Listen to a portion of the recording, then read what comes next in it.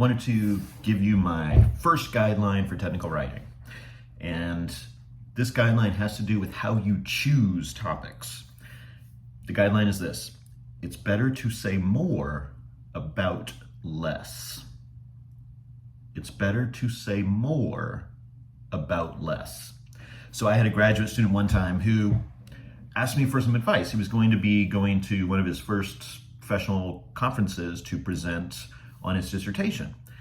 And he was finishing his dissertation. He was going to be graduating with his PhD. And so I said, okay, well, what's your topic?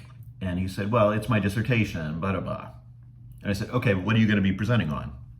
He said, on my dissertation, which is whatever it was. I said, well, how long do you have to present? He said, 10 to 15 minutes. I said, no, wait a minute, how long have you been working on this dissertation? He said, 3 years. I said, so you're going to explain to an audience in 10 to 15 minutes what you've been working on for 3 years? And he said, yes. And I said, you're crazy.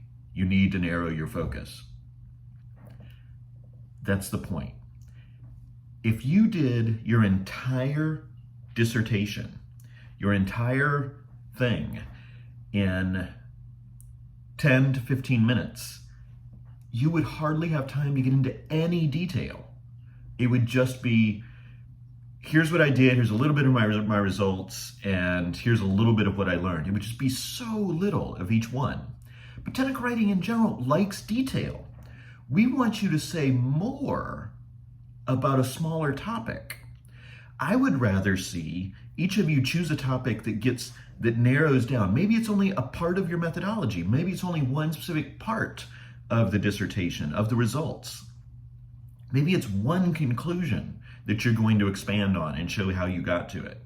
So when you're choosing your topics for any paper, it's better to choose something that is much more narrow so that you can really drill down and analyze it.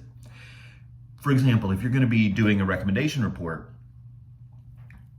you could talk about the economics, environmental impact, and political situations surrounding hydrogen and electric cars. But think about what that means.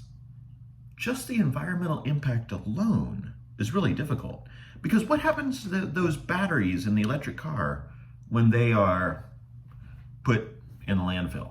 What happens to them? Do they do something special to them? What process do they use? What kind of energy do they use to get rid of those batteries? What about the process to create the hydrogen itself? That process requires electricity. How much electricity does it require? Does it require more electricity than the making of the batteries? So how are those batteries made? How is that lithium mined? Where is it mined? What are the situations where it is mined? You could just start going down these rabbit trails, getting detail after detail after detail after detail, trying to research more and more. It's better to choose a smaller topic. So maybe it would just be the amount of pollution at the point of use for both electric and hydrogen vehicles, because both of them actually don't emit any pollution. If that was a criteria, then neither of them produce any. But if you're comparing it to internal combustion vehicles, those do produce pollution. So maybe you want to have a different criteria that was at the point of the amount of pollution at the point of refueling. So then it would be how much electricity is used to refuel an electric car. What are the ways that electricity is made? So in the US, it's coal and natural gas, maybe our most, but then we do have some solar, we do have some wind, we do have some hydroelectric. So you could talk about the point of charging instead of the point of use when you drive it, because they emit nothing when you drive it. So what about the point of charging? So you can see, you can choose smaller topics, you can narrow your scope, which we'll talk about later. Narrow your scope so much that you can expand and really show what you've learned, really analyze. And technical writing normally wants that. It wants you to say more about less. So that's my first guideline.